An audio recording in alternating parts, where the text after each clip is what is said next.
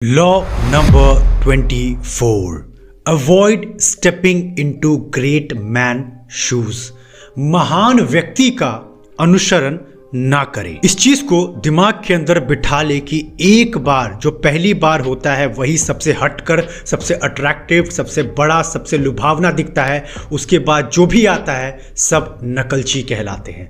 मतलब सिंपल कहने का मतलब है किसी का कभी भी कॉपी कैट नहीं बनना है। भले ही तुम्हारी उपलब्धियां छोटी हो पर वो तुम्हारी की तुम्हारी होनी चाहिए ताकि लोग तुमको एज अ यू देखे, not a copy of others. क्योंकि मान लो अगर तुम किसी ऐसे बाप के संतान हो, ऐसे पिता के संतान हो जिसकी पावर अथॉरिटी ऑलरेडी बहुत बड़ी है, तो तुम्हें उससे आगे निकलने के लिए दुगुनी तिगुनी चौगुनी मेहनत करनी पड़ेगी और ज़्यादा चांसेस है कि तुम उसकी छाया ही बनकर रह जाओगे। इससे अच्छा अपना डायरेक्शन बनाओ, अपने रास्ते मोड़ो और आगे बढ़ो। एक डिस्क्लेमर है, ये तभी करना जब तुम्हें शक्ति के खेल में टॉप पर पहुंचना है।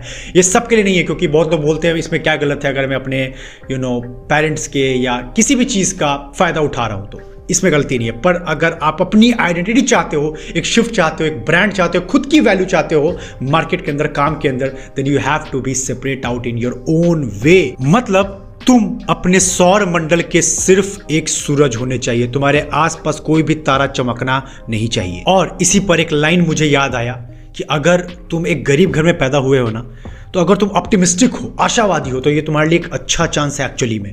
क्योंकि तुम्हारी एंसेस्टर में, हिस्ट्री में किसी ने कोई काम नहीं किया, ये तुम्हारे पास चांस है कि तुम अपनी ब्रांड बनाओ और तुम्हारे पूरे कुल जो आगे आने वाली जनरेशन है उसका नाम तुम्हारे थ्रू हो सकता है। So it's a power, it's a privilege. रो मत, मेहनत करके अपना ब्रांड बनाओ कि लोग तुम्हारे नाम से आगे आने वाले जाने जाए। जैसे मान लो इसके बेस्ट एग्जाम्पल है Abhishek Bachchan. He is a great actor, इसमें कोई शक नहीं है। पर दिक्कत क्या है पता है, उनको अपने फादर को, अमिताभ बच्चन को आउट परफॉर्म करने के लिए उनसे दुगनी तिगुनी चौगुनी मेहनत करनी पड़ेगी, जो कि पॉसिबल नहीं है क्योंकि Amitabh Bachchan is a legacy.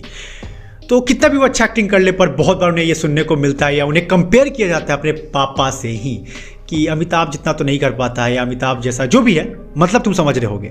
वहीं पर एक एक्टर है आर माधवन, वो भी बहुत अमेजिंग एक्टर है, जिनकी एक मूवी थी रहना है तेरे दिल में, बहुत पॉपुलर हुई थी। उनके बेटे हैं वेदांत, तो उन्होंने अपने बेटे को फोर्स नहीं किया कि तुम भी एक्टर बन जाओ, ऐसा ही करो, नहीं, उन्होंने उसको छोड़ दिया और वो आज एक टॉप क्लास स्विमर है। बहुत सारे मेडल्स भी लेके आते। रिसेंटली शायद दुबई में कोई कंपटीशन था, वहाँ पे भी काफ़ी अच्छा परफॉर्म किए।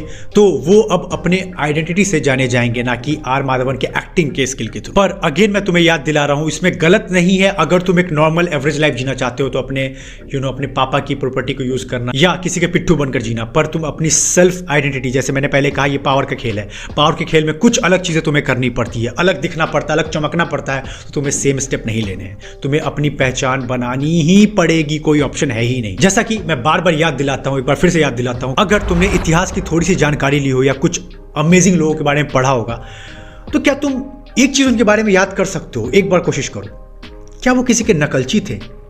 भले ही गलत काम किया, अच्छा काम किया, उससे फर्क नहीं पड़ता, पर वो थे। उन्होंने किसी महान व्यक्ति का अनुसरण नहीं किया। हाँ, मैं ये मना नहीं कर रहा हूं कि तुम्हें इन्फ्लुएंस नहीं होना है, तुम्हें लोगों से इन्फ्लुएंस होना है, अच्छे अच्छे लोगों से, वही तो करना है, इवन मैं भी होता हूं।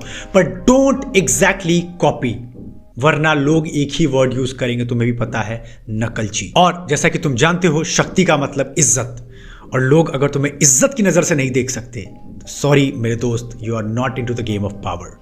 आपके पास शक्ति नहीं रह सकती, शक्ति आपके पास सस्टेनेबल नहीं हो सकती, हमेशा के लिए टिक नहीं सकती। आएगी भी, कुछ वक्त के लिए अच्छा फील करोगे, चली जाएगी। So you have to make your own brand and identity. ये मिथ यानी अंधविश्वास तुमने मार्केट के अंदर बहुत बार सुना होगा, बहुत लोगों के मुंह से सुना होगा, यार महान बनना है ना तो इसके जैसा ही करो, एग्जैक्टली ऐसा ही करो, तुम भी महान बन जाओगे। नहीं, ये नीति कुछ बेवकूफ लोगों को या नादान लोगों को ललचा सकती है थोड़े वक्त के लिए कि हाँ मैं ऐसा कर लूंगा, लेकिन जो अपना रास्ता बना रहा है वो जानता है कि कैसे ये पॉसिबल है। कोई इंसान ने अपनी कहानी अपने तरीके से लिखी है, जिसको मैं बोलता हूं अनस्क्रिप्टेड है, कोई कहानी प्लान नहीं है एक सक्सेसफुल इंसान की। तुम कैसे एज इट इज कॉपी कर सकते हो? पॉसिबल ही नहीं है, हो ही नहीं पाएगा। उसके अपने कुछ ब्लॉक्स रहे होंगे लाइफ के, फेलियर्स, कुछ अपना तरीका होगा डील करने का, कैसे एज इट इज कर सकते हो? तो क्यों नहीं बस देखा जाए, इन्फ्लुएंस किया जाए, और जो भी किताब से, जो भी सोर्स से पढ़े हो उसको पढ़ो, सीखो, समझो, साइड कर दो, जला दो, फिर अपना रास्ता अपने अकॉर्डिंग तैयार करो। अपने अकॉर्डिंग अपनी नीति हो, अपने कुछ रूल हो, अपने कानून हो कि लोग तुमको तुम्हारी तरह जाने। क्योंकि हर वक्त वैसी परिस्थिति पॉसिबल भी नहीं है। मान लो कि एक बहुत बड़े बिजनेसमैन रहे हैं जिसके बारे में बात की गई है think and grow rich book के अंदर, Andrew Carnegie, one of the giant. तो क्या मैं चाहूंगा मैं एग्जैक्टली वैसा बन सकता हूं? नहीं, आज की इकोनॉमी वैसी नहीं है। आज जब वो चीज की डिस्कवरी कर रहे थे तब कार की डिस्कवरी नई नई आ रखी थी। वैसे ही अगर मैं आज क्रूड ऑयल का बिजनेस करने जाऊं, कच्चे तेल का, पेट्रोल के लिए, पॉसिबल नहीं है शायद मेरे लिए, क्योंकि उस वक्त इकोनॉमी कुछ और थी।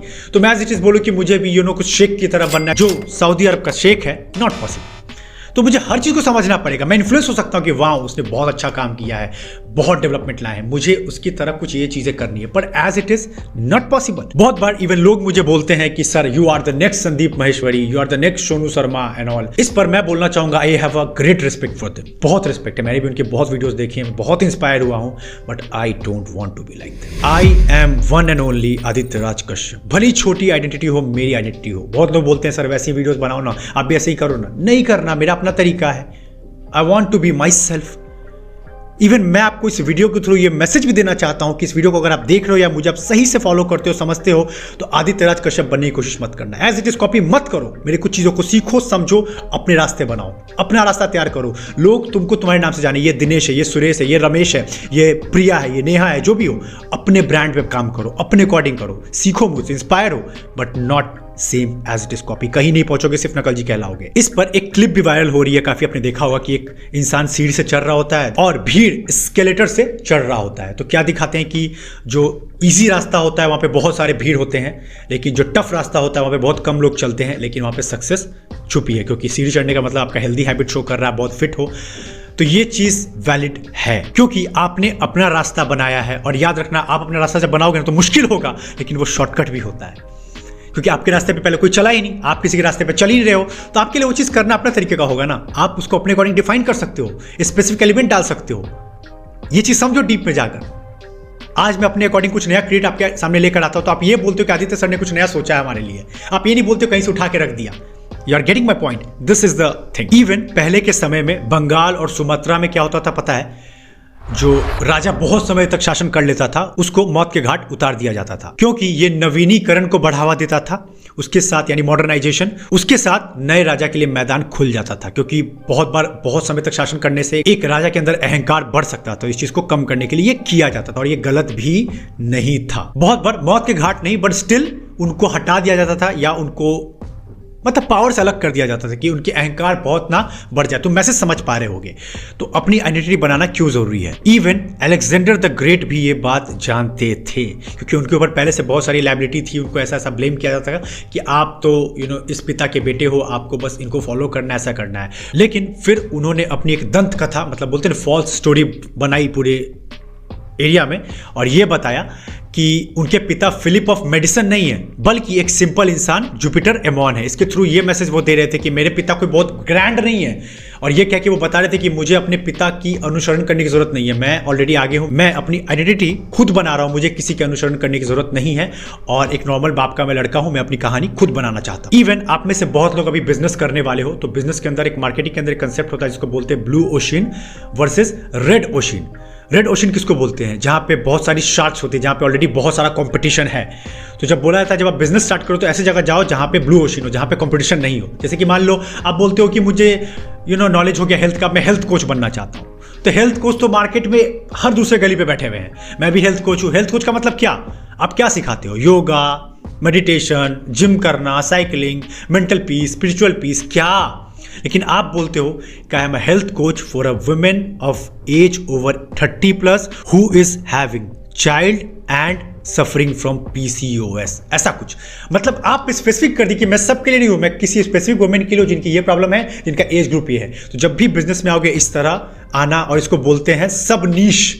एक होता है नीश, मतलब आप हेल्थ कोच हो, लेकिन आप नीश के अंदर नीश जब चले जाते हो तो आप किसी एक जगह के स्पेसिफिक बन जाते हो। वो बोलते हैं ना कि जनरल डॉक्टर है तो उसको कुछ खास पैसा नहीं मिलता, लेकिन जो कार्डियोलॉजिस्ट है, जो हार्ट का स्पेशलिस्ट है, जो बोन का स्पेशलिस्ट है, वो ज्यादा कमाते हैं, क्योंकि वो एक्सपर्ट है किसी एक फील्ड के। इस पर एक और कहानी है जिसको तुम ज्यादा रिलेट कर पाओगे। मान लो एक कंपनी है जिसको नया CMO चाहिए, चीफ मार्केटिंग ऑफिसर। उसका पुराना CMO थोड़ा ओल्ड हो चुका है, रिटायर करना है। तो कोई नया CMO आता है, वो क्या करता है कि पुराने जो CMO है उसी के पॉलिसीज को एज इट इज बताने लगता है, ऐसे फॉलो करो, ऐसे करो, इसी तरह करो। वो अपने को दिमाग ज़्यादा नहीं लगाता है, और एम्प्लॉयज़ या जो वहाँ के लोग हैं वो इस चीज़ को भाप सकते हैं कि ये बंदा को ज़्यादा मेहनत नहीं कर रहा। तो एक बार बोर्ड में मीटिंग होती है, तो जब वो बोलता है या कुछ अपनी पॉइंट रखने की कोशिश करता है जो नया सीएमओ है, तो लोग उसकी बात को काट देते हैं कि सर आप क्यों ही बोल रहे हो, हमें तो उसी चीज़ को फॉलो करना है जो पुराने सीएमओ है। और ये गलती में वो फंस जाता है।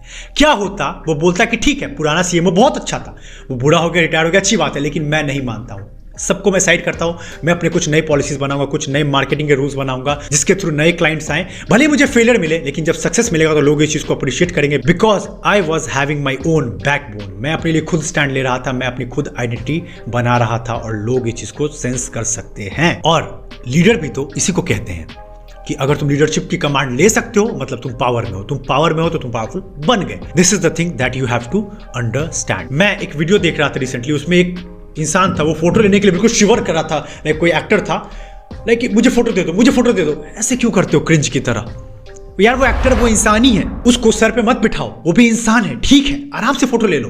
मैं मना नहीं कर रहा हूं कि उससे इंस्पायर मत हो, अच्छी बात है, मैं भी इंस्पायर होता हूं अच्छे एक्टर से, लेकिन पागल मत बनो, कॉपी मत करो, यही मैं समझाना चाह रहा हूं। रोनाल्डो क्यों है, एक इंटरव्यू में उससे पूछा गया, या 3-4 लोग खड़े थे, क्लिप था मैंने देखा था, तो उससे पूछा गया कि who is your favourite I guess football player, तो उसने पता है क्या कहा, माई सेल्फ।